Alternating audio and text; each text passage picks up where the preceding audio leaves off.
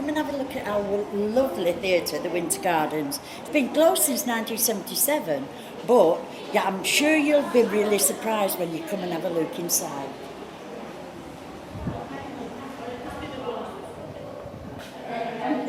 This building is a theatre.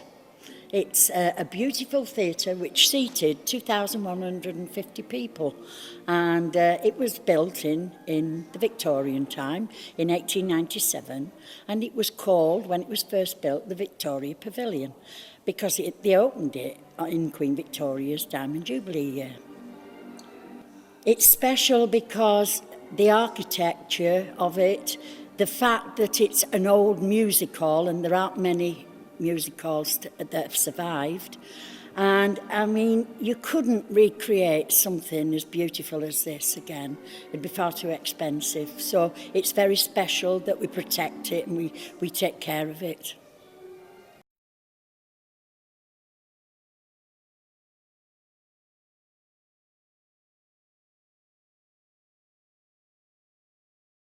The Winter Gardens, or Victoria Pavilion, was opened in 1897.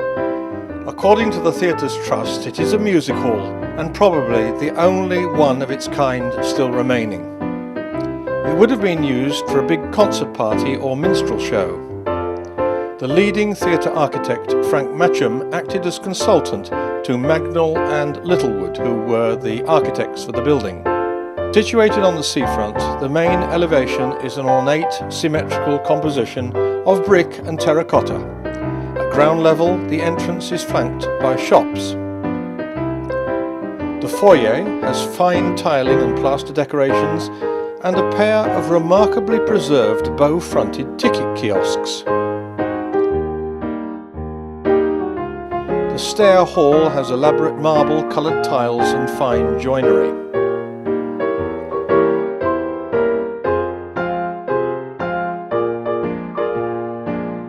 The auditorium is impressive, very wide, and covered by a vast segmental tunnel vaulted ceiling which soars over the whole space, including the area over the top of the boxes, and is divided into richly decorated panels.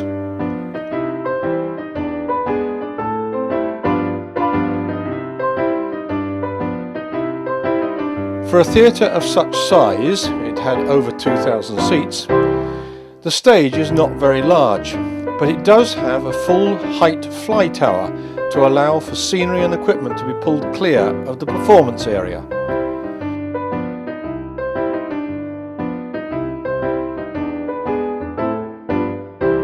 The fly floor is in good condition, with plenty of space for both the restoration of facilities and room to work. Either side of the stage, there are dressing rooms on all levels. The stage itself is raked. That means it has a gentle slope from back to front. The orchestra pit has access from beneath the stage for the musicians. We shall be looking at ways to use this fine building in part 4 of the series.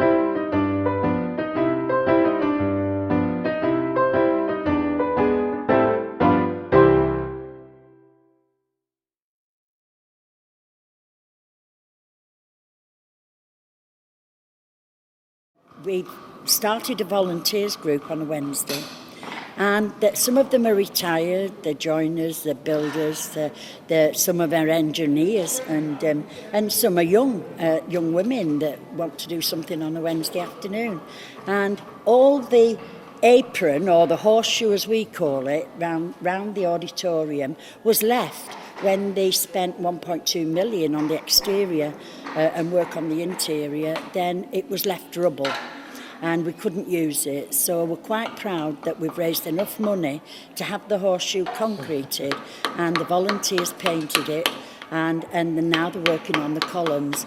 What we're doing is we're taking these pillars back down to bare metal. There was originally paint on them. Underneath them there was a layer of that sort of textured wallpaper. Beneath that there's a layer of sort of gold gilt almost, and then underneath that is a layer of plastic. So I'm using the chisel because it's the only thing that will break through the plastic. We can do most of the rest of the stuff with a blow lamp. And this beautiful parquet floor, unfortunately, when the carpet was ripped up, all the nails were left prominent. So they've worked for months and months on getting the floor ready so that we can sand it and varnish it, and it'll look absolutely beautiful when it's done. Yeah, we're just busy knocking all these nails in. That's been left like for so long, and there's a lot of them, as you can see. But anyway, we are getting there slowly. They've been where the seats used to be. The seats have been ripped out, and that's left all these nails, and also where the carpet used to be as well in this area. Where there was all carpet down here, so the carpet's been ripped out as well, and of course all the nails are still in, unfortunately. We're going to sand the whole area then. That's right. The whole area is going to be sanded, and then of course it'll look a lot different then, like, yeah. Since just after Christmas we've been doing this now, floor, and replacing a lot of the blocks that are really smashed, you know, and split in two.